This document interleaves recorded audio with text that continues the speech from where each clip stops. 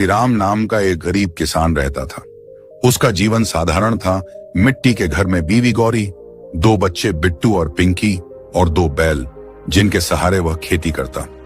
हरिराम मेहनती था, ईमानदार था, लेकिन एक समस्या थी। वह हर समय अपनी तुलना अपने पड़ोसी सुखलाल से करता था। सुखलाल के पास ट्रैक्टर था, पक्का घर था, टीवी था और गांव में उसकी इज्जत भी खूब थी।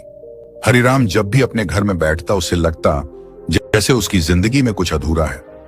सुखलाल के पास सब कुछ है और मैं आज भी मिट्टी के घर में जी रहा हूं, वह अक्सर सोचता।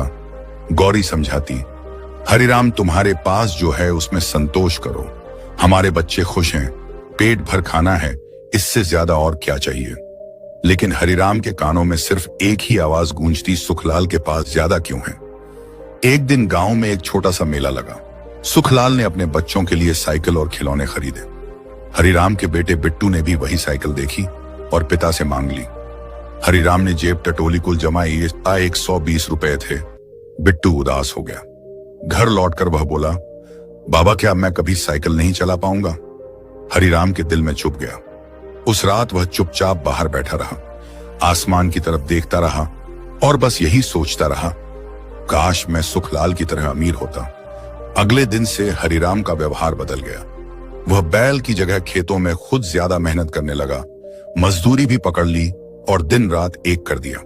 लेकिन सब कुछ बस एक मकसद से, सुखलाल से आगे निकलना है।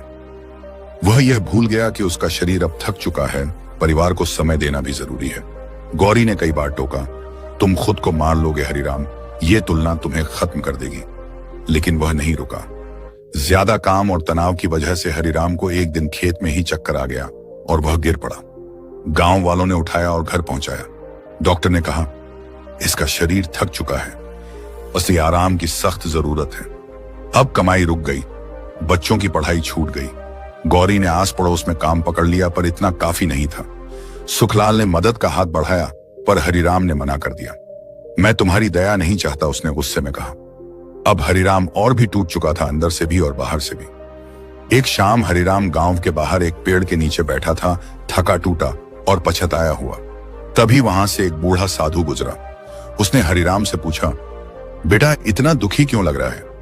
हरिराम ने अपना दुख बयान किया, सुखलाल से तुलना, गरीबी, बेटे की साइकिल, बीमारी, सब कुछ। साधु मुस्कुराया और बोला, बेटा नदी को देखो, वह कभी समंदर से नहीं कहती कि मैं छोटी हूं।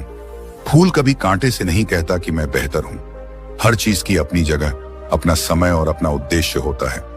अगर आम का पेड़ नीम की तुलना में दुखी हो जाए तो वह फल देना भूल जाएगा। तू भी अपना फल देना भूल गया है। खुश रहना, प्यार देना, बच्चों के साथ खेलना। हरिराम की आंखों में आंसू आ गए। पहली बार उसने खुद को आईना दिखाया। खुद से तुलना करेगा कल के हरिराम से। वह धीरे धीरे खेत पर लौटने लगा, लेकिन संतुलन के साथ। उसने बच्चों को खुद पढ़ाना शुरू किया, कहानियां सुनाई, बीवी के साथ हंसी बांटी। उसने गांव में एक छोटी लाइब्रेरी शुरू की जहां बच्चे किताबें पढ़ सकें। पैसे भले कम आए, लेकिन दिल में शांति आने लगी। गांव के लोग अब उसे बुद्धिमान हरिराम कहने लगे। 2 साल बाद बिट्टू ने बोर्ड परीक्षा में टॉप किया। जिला अधिकारी गांव में आए और हरिराम को सम्मानित किया। आपने बच्चों की शिक्षा में जो योगदान दिया है वह प्रेरणादायक है। सुखलाल खुद आया और बोला, हरिराम भाई तुमने सिखाया कि असली अमीरी मन की होती है। आज मैं खुद तुमसे प्रेरणा लेता हूं। हरिराम मुस्कुराया।